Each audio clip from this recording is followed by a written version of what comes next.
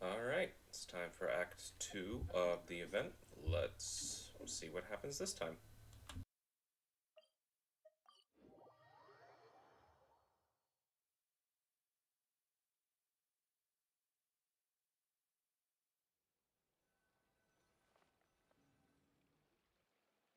Ayaka! Yoimiya! You're already here!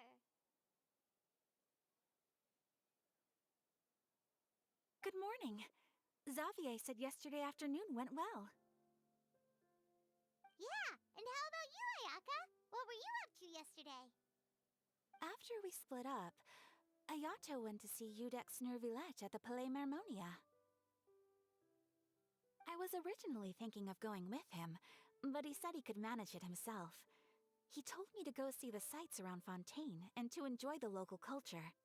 So I rode the aqua bus with Yoimiya and visited the Opera House on Aranias Island. Yeah, you wouldn't believe what we saw there! Two mechanical puppets that were dancing together! You've already seen them, right? Yeah, those two! Amazing, aren't they? We sat and watched for quite a while.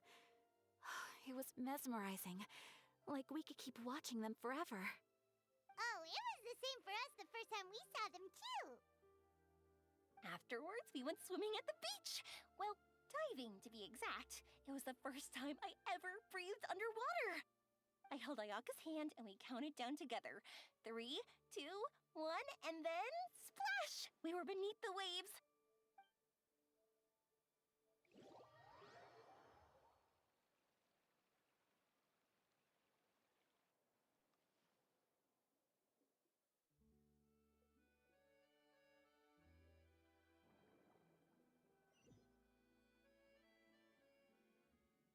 At first, I didn't dare to open my mouth.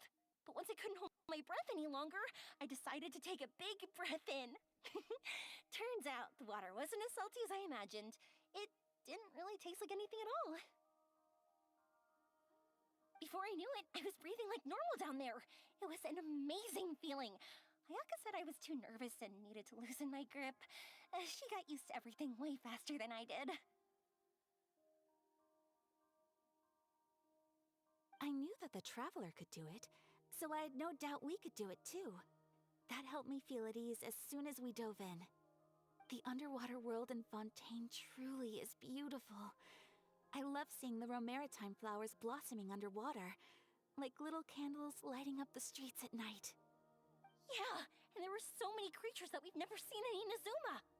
Like those fish that shimmer like a sword blade. Whoosh! Oh, and those big fish that call when they see people. Ooh. Oh, you mean Hunter's Rays and Blubber Beasts! I just love the name Blubber Beast. Just wait till Pops and the others hear about this. They probably won't believe a word I say.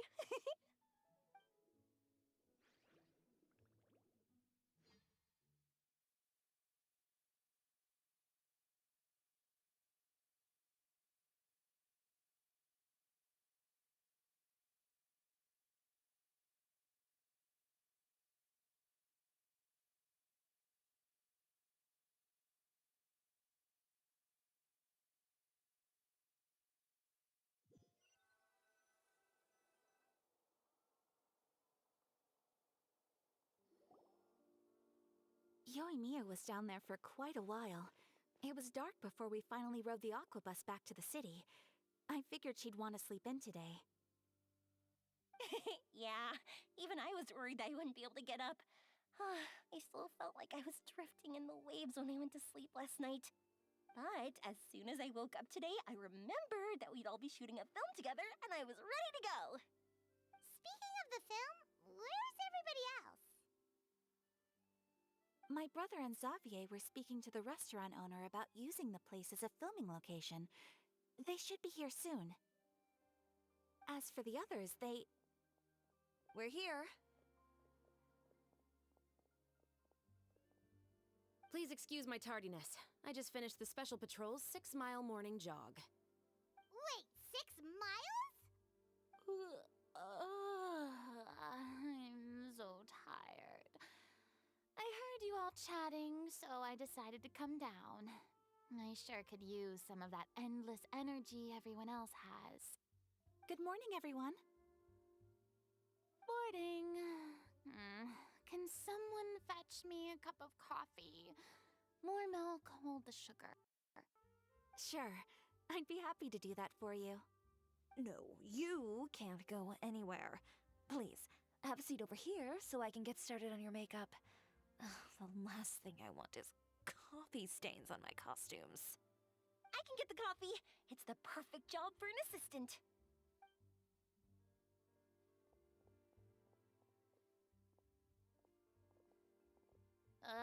So much energy. Seriously, what's her secret? Oh, Yoimiya's always like that. But you sure look exhausted, Furina.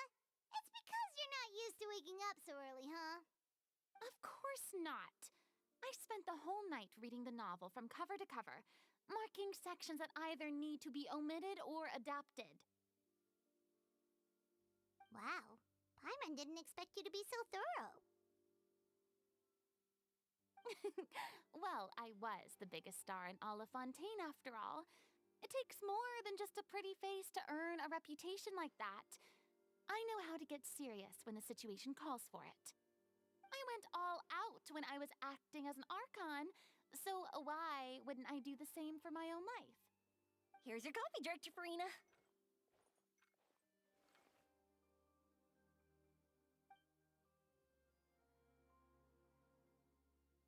Oh, thank you. The sound of being called director and the aroma of coffee feels almost as refreshing as hearing the birds chirping in the morning. Ah, it seems everyone has managed to arrive on time. We've reached an agreement with the restaurant owner. We are free to use the second floor to shoot our film. Really? That's great! He is really looking forward to our film and hopes that providing his restaurant as a filming location will attract more customers. Well then, Mr. Xavier, I'll leave the rest to you. Okay, thanks. First, I'd like to introduce our new members. This is our prop manager, Veronique. She'll be in charge of all the film's props and items. And this is Bonneau, our lighting technician. He'll be in charge of lighting and illumination to set up each scene's atmosphere.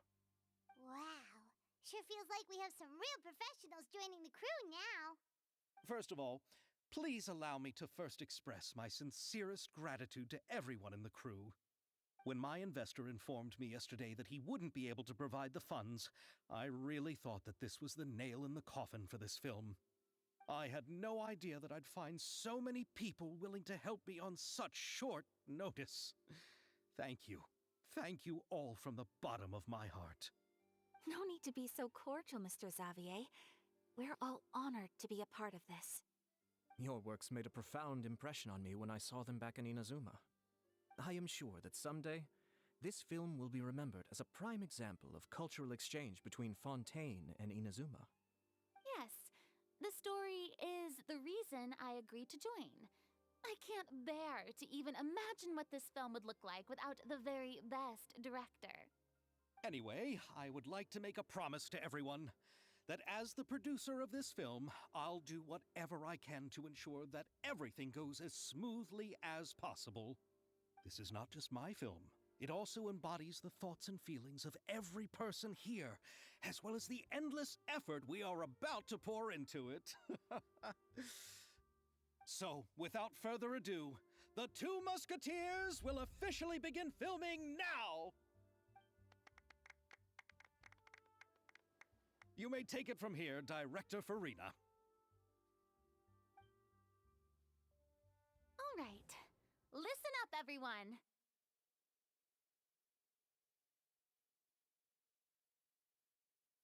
The first scene takes place when the two young musketeers are living at the Baron's home, still unaware of all that is about to happen to them. We'll need props and lighting to set the scene. Our lead actors can go get their makeup done, and extras, please take this time to go over your positions. Whoa, seems Furina's really kicking things into gear as the director. Is everyone clear? I don't want anyone traipsing around the set like umbrella finches. All right, cameras will start rolling as soon as the set is ready. Let's make a film that'll make some serious waves in Fontaine. Not the kind of waves that drown people. I mean, the good kind of waves. That was a little unnecessary, but She's still okay. a bit traumatized by that. Anyway, let's go see if there's anything we can do to help. I guess the trauma doesn't leave that quickly.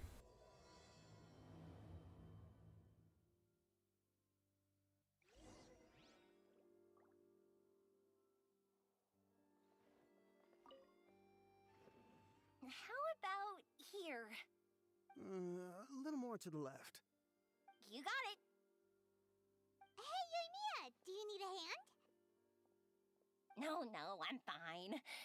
You know, doing the lighting is kind of like designing a fireworks show. It's interesting to imagine what kind of atmosphere the lights will create. I heard that the Traveler will be operating the camera and Paimon will be the clapper loader, right? Those roles are just perfect for the two of you. Really? Is that because it'll be easy for Paimon to hold the clapperboard while flying? Well, sure, there's that, but that's not exactly what I meant. I just think that after all your journeys together, you two must have developed a super close bond and just naturally know how to work with each other. If I'm not mistaken, the director will want the cameras rolling as soon as the clapperboard goes clack. Oh, I see. It's amazing to see the magic behind filmmaking. Yoimiya, we need lights over there, too. Oh, on it! I've got to get back to work. Chat with you later. Oh, it's exciting to see so many people working together to bring the film to life. I'm with Furina. Where the hell does she get Seems that like energy? Yoimiya's really getting into it. But she was right. We do have a Paimon's really happy to hear that.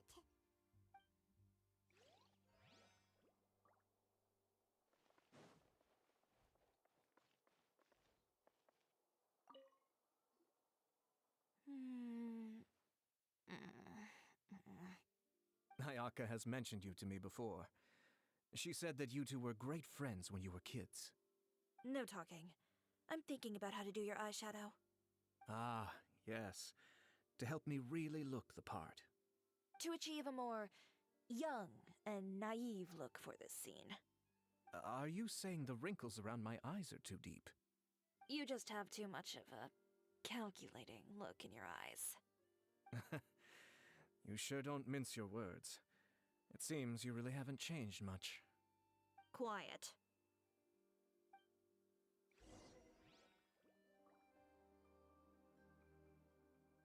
I like her.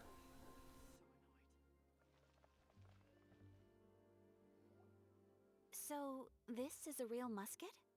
No, it's just a prop weapon. Not bad. Have you seen a real musket before? Only in books and newspapers.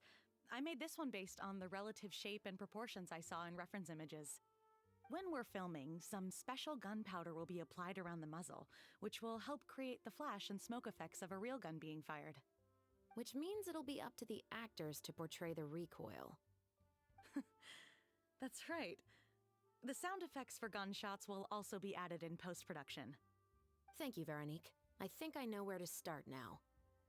However, the musket's gears and firing pin could still use some work.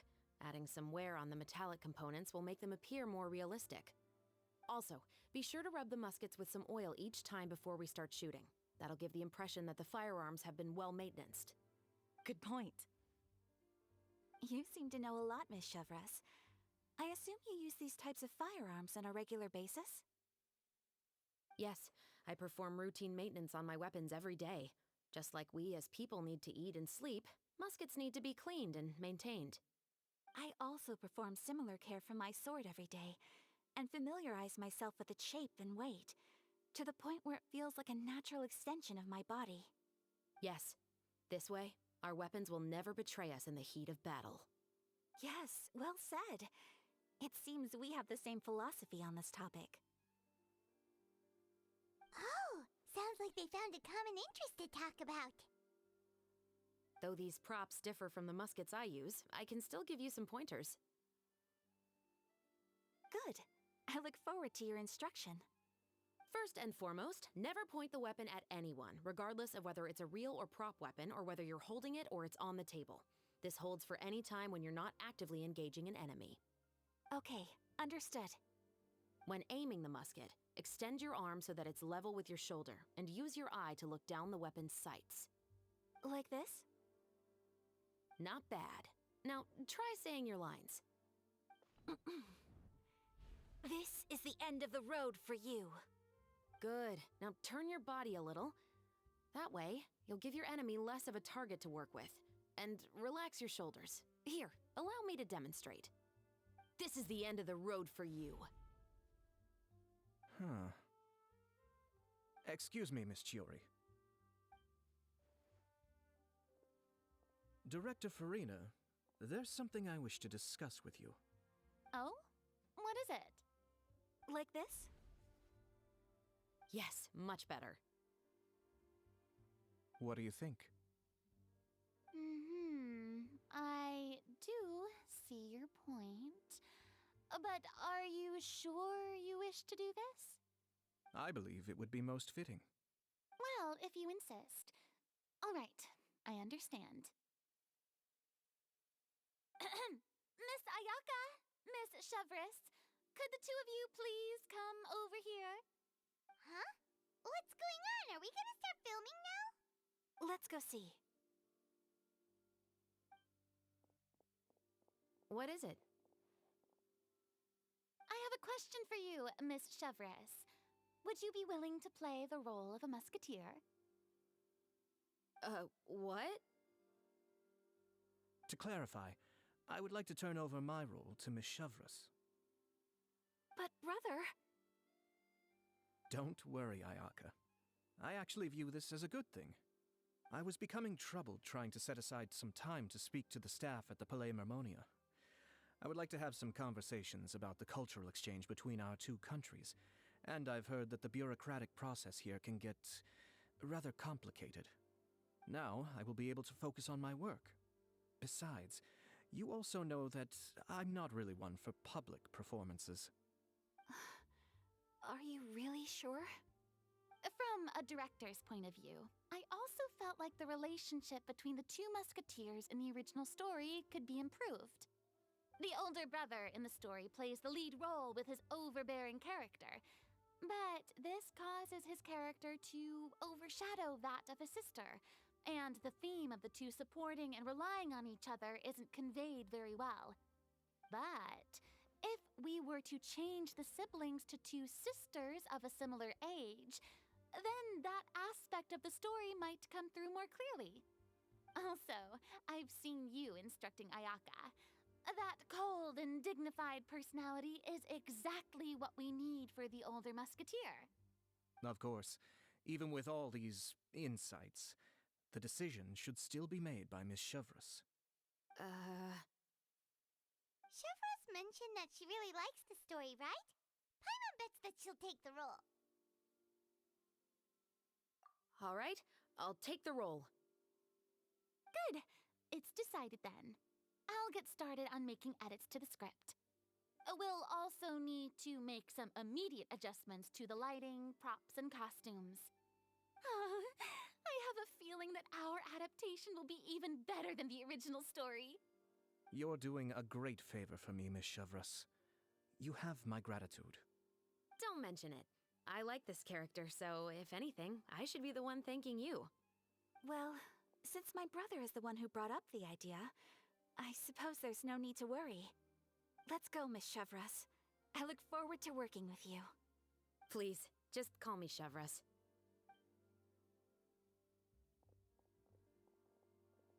Seems like you're really going out of your way to solve the problem I was having with your makeup. Surely you jest, Chiori. I assure you that I was mostly motivated by a desire to spend more time on formal business. Oh, come on. You really think I'd buy that? According to what I've heard from Ayaka, her brother is someone who can juggle 10 different matters at the same time. I'm sure you have other reasons for backing out. Perhaps. Ayaka always said she wanted to go out and see more of the world, just like the traveler. I really like Chiori. She's fun. But I feel that she needs not only to see other nations, but also to make some different kinds of friends. I think it would be harder for her to make new connections with me constantly by her side. I would like to give her some space. All right, go on. Spoil her some more. Ayato, it's too bad you're stepping down from the role. Paimon really wanted to see you act as a musketeer. No need to poke fun at me. I'd wager that you also felt that I wasn't the best candidate for the role. It's a little hard for Paimon to imagine you saying those lines. Yes, I've made an appointment to meet some people from the Palais Mermonia. Now, I will have some more time to prepare. Traveler, get the camera ready. Paimon, get the clapperboard. Actors, to your positions. We're about to start shooting the first scene. Go on now. And please take good care of Ayaka. Yep, don't worry. Thank you. I look forward to seeing the film when it's finished. All right. Now that we're all here, let me help set the scene for everyone. The first scene takes place when our two main characters are still living at the Baron's estate. They've been ostracized and verbally abused by others in the household, but they still have no idea why. We want to capture how naive and innocent they are, despite their pain. Chevris will be playing the role of the older sister, Tulip, and Ayaka will be the younger sister, Iris. Be sure to get close-ups of the main characters at the right moment. Silence on the set! Lights! Camera! Action! Let's go! Tulip, Mother's been out for quite a while now. Perhaps she went to pick some flowers on the way home. You know how she loves flowers. Iris, Tulip! I'm home! Mother! You were out for so long, we were beginning to worry about you. I'm sorry, but I'm back now, safe and sound. Here, I brought your favorite treat, apple turnovers. Mother, what are those bruises on your hand?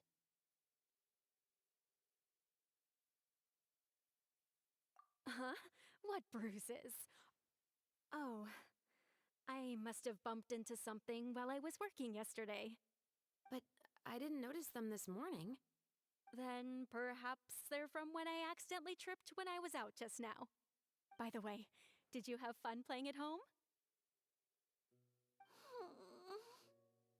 What's the matter, Iris? Well, we've realized that no one really wants to play with us. They even took Iris's doll and spat at us. And they even called us names. They said we were... Shh! It's all right, don't worry. Girls, listen to me.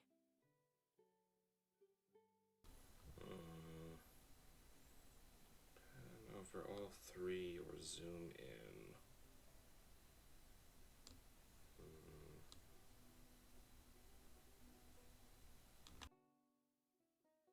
It doesn't matter what anyone says. Don't listen to them. No one can define you with such words. You both have wonderful lives ahead of you. Just like your names. You will both blossom like beautiful flowers. Maybe your time to blossom hasn't quite come yet, but one day, you two will bloom more beautifully than anything else. Don't let the soil you're in now ruin your future beauty. Understand? My dear daughters. And cut! I would tweak the dialogue slightly. Not bad. The actors' emotions were all on point. Let's keep that take. Also, If our clapper loader could avoid shouting at the start of the scene next time. Oh, got it. Great. I was a little worried that my nerves would get the better of me. What about you, Chevros? I felt fine. The lines weren't too difficult at all. Seems like Furina must have adapted the role nicely. You two were great. I couldn't tell it was your first time acting in a film. You should have more confidence. Thank you for your encouragement. Positions, everyone!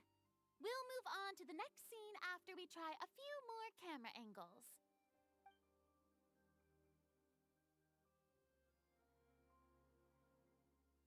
This scene is when our two characters return home, only to discover their mother has been murdered. Ready? Lights! Camera! Action! Mother, we're back! Mother?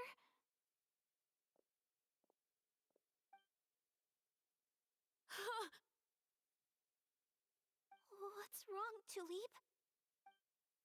Iris, stay away! Huh? Why? What's... Mother! Mother... She's... Huh? There's poison in this cup. Huh? I could have sworn I've seen this kind of cup before. How would she know? Like, how would she know that there was poison in the cup? What did she do? Taste it? Those aristocrats. They didn't even try to cover up their actions.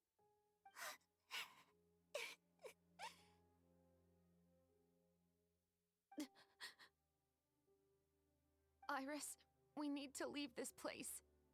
Leave? But now that Mother is gone, where can we even go?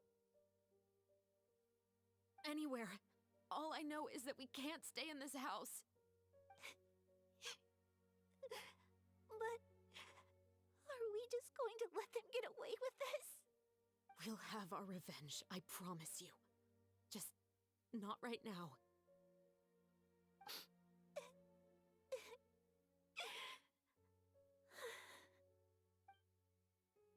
Come on, let's go. No, wait. We can't just leave Mother here like this. At least let me leave this rose with her. That's why we went out in the first place. To buy her this flower. All right. Goodbye, Mother. We'll avenge you. Someday. And cut! Beautiful! Great performance! Oh my, you're so amazing, Ayaka! And were those real tears I saw? How did you do it? I was surprised too. Thank you for the kind compliments. Actually, as soon as Director Furina said action, I told myself not to think about anything. I just felt the weight of the moment and became the character. It's quite similar to practicing the art of the sword. You clear your mind and focus only on what's happening in front of you. Ayaka's performance was amazing. Have I discovered an acting prodigy? Pipe down, everyone! We need to move on to the next scene!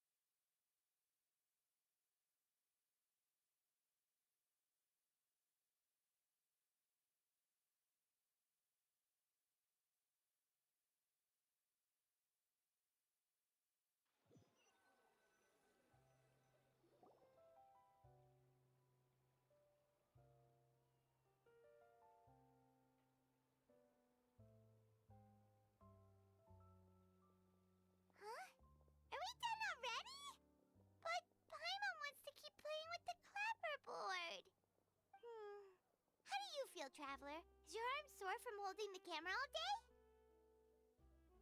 Good work, you two. You too, Shivers. You were quite the actress today. I've read this novel many times before.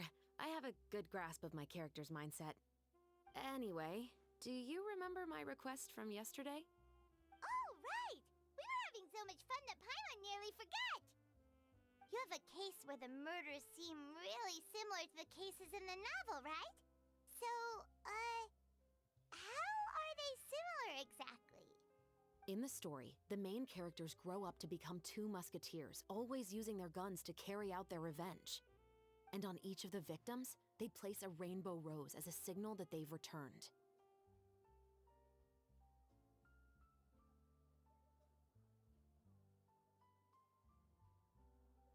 Yes, that's correct. We found rainbow roses just like in the novel. Seems like you're connecting the dots now.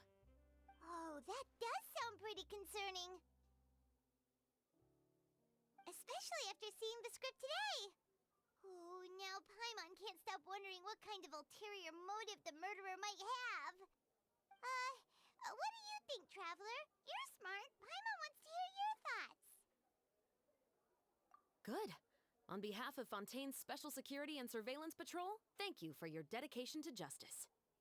There's no time to lose. We should start investigating right away. Follow me. Huh? Right now? Well, we just got done filming all day. Paimon's so tired. The most valuable intel always comes after nightfall. They are like small, remote islands in the middle of the sea. If you don't stay vigilant, you will pass right by them in the fog. That's how one of my favorite books always puts it, at least.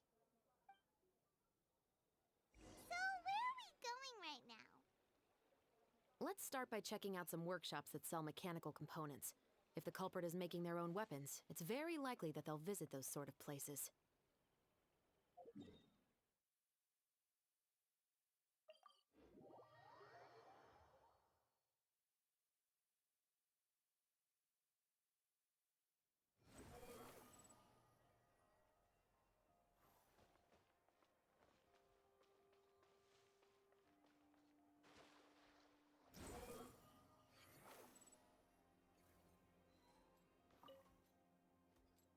Welcome to Le Show's Clockwork Workshop. How can I help you?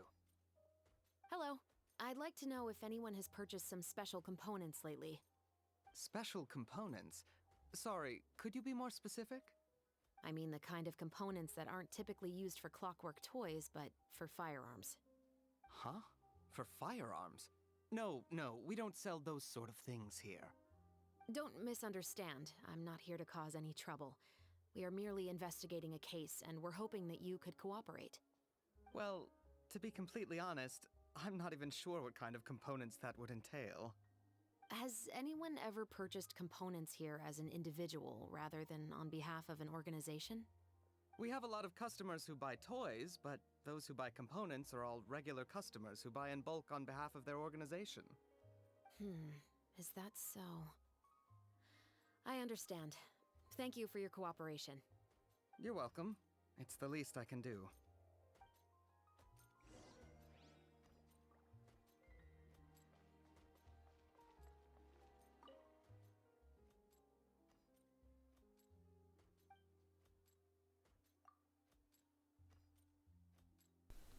I thought it was weird that he showed up in the background and then turned around, but I guess he's just a patrol-y guy.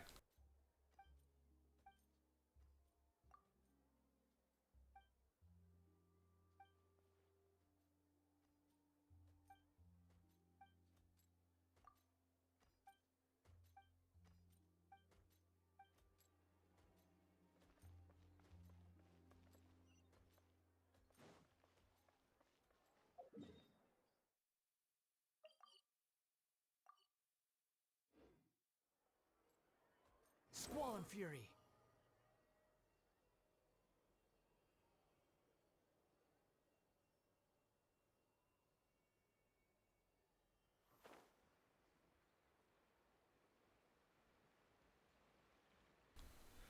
Wanderer does make exploration so much easier. Oh, hey, Chevris. run out of oil for your musket again? Hello, Estelle. I want to know if anyone has come to your shop recently to order some firearm components.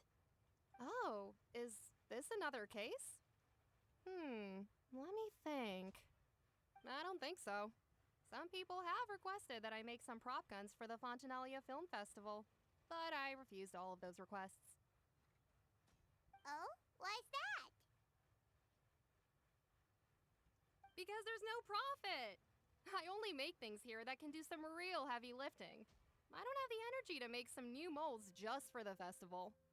Then, has anybody come specifically looking for mechanical components? Well, I usually sell off my scrap to the Fleuve Cendre. I don't typically give them to one specific person. I understand. Thanks for your cooperation. Don't mention it. Always happy to have the Musketeers' patronage. Seems like we haven't found any leads to go off yet. Yeah, unfortunately. All right, let's head to Fleuve Cendre next. Huh? Are you sure? People might not be so thrilled to see the captain of the special patrol there. You think so, huh? Then I guess you don't know. Huh? Know what? That I grew up in Fleuve Cendre.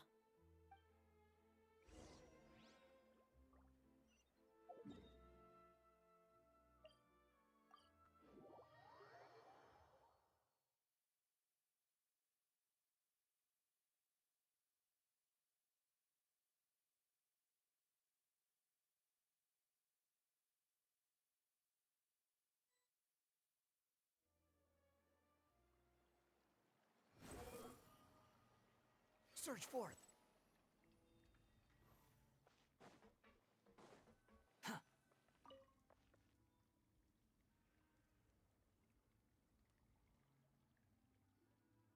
What's all this? Some broken planks and barrels, as well as some liquor bottles? Yes, but have a closer look, Paimon. Even though somebody has purposefully tried to clean them up, these are obviously marks from musket bullets. In other words, someone was here trying to improve their shot. They were using the barrels and bottles for target practice. Could it have been the killer? Your guess is as good as mine. Although many people at Fleuve Cendre own guns, few hide the fact from others. And even fewer would go to such lengths to hide markings from practice shots. Anyway, let's go. There might be more to this.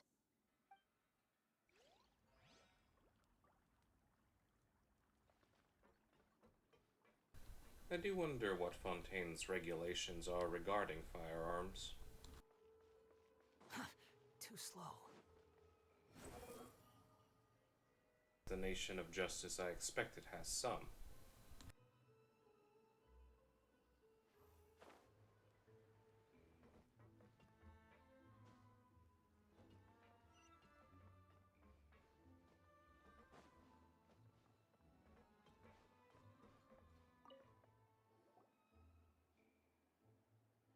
It's been a while, Tetro. Please, just get on with your request. I want to know if you've heard anybody talking about muskets lately. Information isn't free, you know. I've heard that bandits have been extremely active in the countryside recently, and they've been affecting the delivery of goods to Poisson. I can allocate some more manpower to help out with that problem. What do you say? You're still as helpful as ever. One of our men got drunk at dinner about a month ago and lost his gun. 3 days later, it turned up in the corner here. What's weird about that? He just forgot where he put it, right? This is Fleuve Cendre, my friend. Anything of value left in the tavern won't ever make it to the next day. But that gun turned out to be an exception. It didn't get any new wear and tear on it, and didn't even appear to have been fired. We were quite mystified as to what could have happened. I suspect it came back because the weapon was already known to the guards. You mean, a criminal was afraid the Marechaussee Phantom would use the shot marks to track them down? Maybe. But if that's the case, The culprit really took great care to avoid getting caught. I didn't say anything about a criminal. In Fleuve Sandra, knowing who was killed is as easy as knowing what clothes you're wearing today. It's the guy living in the East Side, isn't it? I've never liked him. Every time he's here, he just orders a drink and sits there with a nasty look in his eyes. So, who was the one who lost the gun in the first place? Don't bother. Even if you ask, he wouldn't admit to owning a gun to some strangers. Not to mention the captain of the Special Security and Surveillance Patrol. He's right. I know you grew up here, Chevros. Even though you're on good terms with the Spina, you've still been gone too long. Not many people know you here now, and a lot of people don't like the Special Patrol.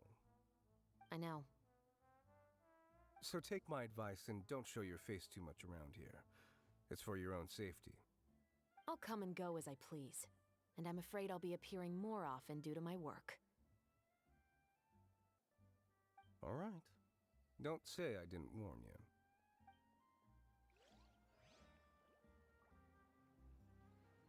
I guess I'm finally on the right path.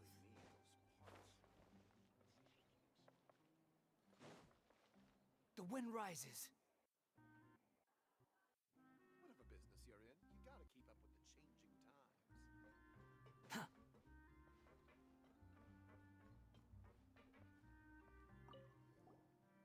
Hello, I'd like to ask some questions. I don't know anything. Don't worry, I'm not here to arrest anybody. You say that now. It's the truth. Here, take this as my guarantee. Wait, did Paimon just see what she thinks she saw? Is the captain of the Special Patrol bribing a citizen? Seems you're different from the other guards. What do you want to know? Have you heard anything related to Muskets in Fleuve Sandra lately? Anything at all? Muskets, huh? All I know is that about 2 weeks ago, we started hearing some loud noises at night. So loud that it's been waking me up. Were they gunshots? Possibly. It's hard to tell around here. Someone's house collapsing, a pipe exploding somewhere, it's all the same. But the noises I'm talking about definitely happened after I fell asleep. Do you know where the noises were coming from? I don't remember clearly. Is it that you don't remember, or that you need to think about it some more? You tell me. Then please, think about it some more. She's giving her even more Mora!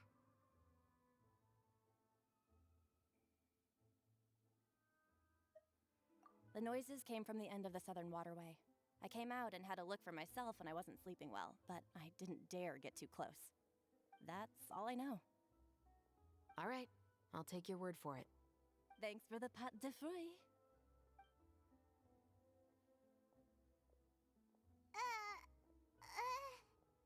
No need to be surprised. I grew up here, remember? I know how to get people around here to talk. Seems you catch on pretty quick. Now then, let's keep going. Seems like that's all we'll be able to uncover for today. Paimon feels like we managed to learn a lot more here than up on the surface. Yes. Assuming that everything we found is indeed connected to our suspect, then their timeline was probably something like this. A month ago, our suspect found a gun and took it home to disassemble it. Once he'd figured out its mechanics, he brought it back.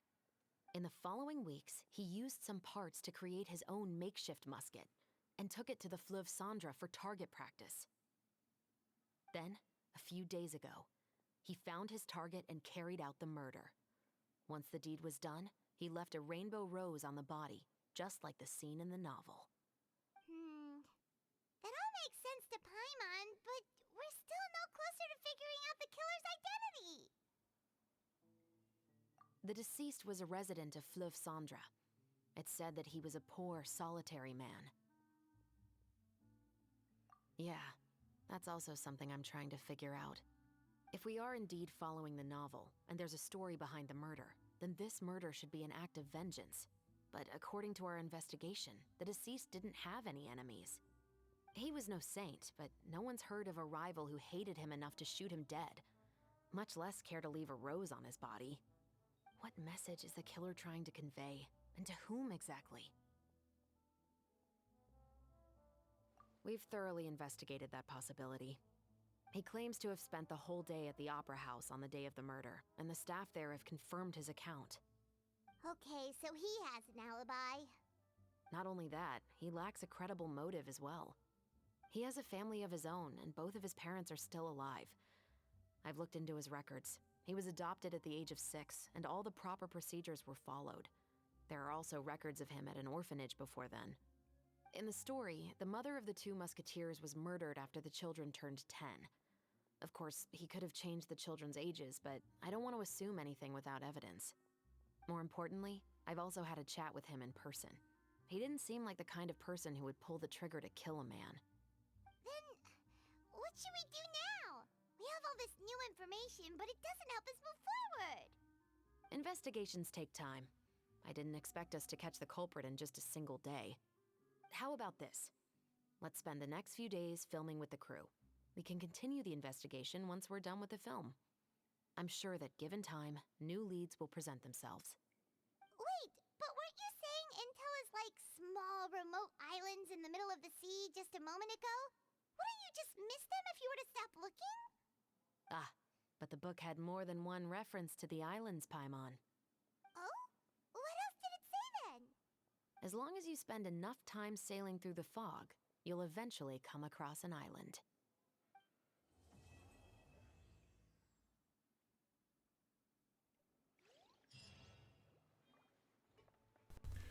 Okay, well, that was Act 2. As you can see, I'm doing this after Act 3 came out. But anyway, interesting. I wonder who the murderer is. Why do I have a feeling that that the prop lady has something to do with it? Just because, you know, she made the guns and maybe what she instead of, you know, using a picture as a reference, she used the model. She took apart the gun, and that was how she knew how to make prop ones. I don't know. It's a bit of a stretch, but that's where I am right now. Alright, that's the end of the video. Have a good rest of your day. Bye.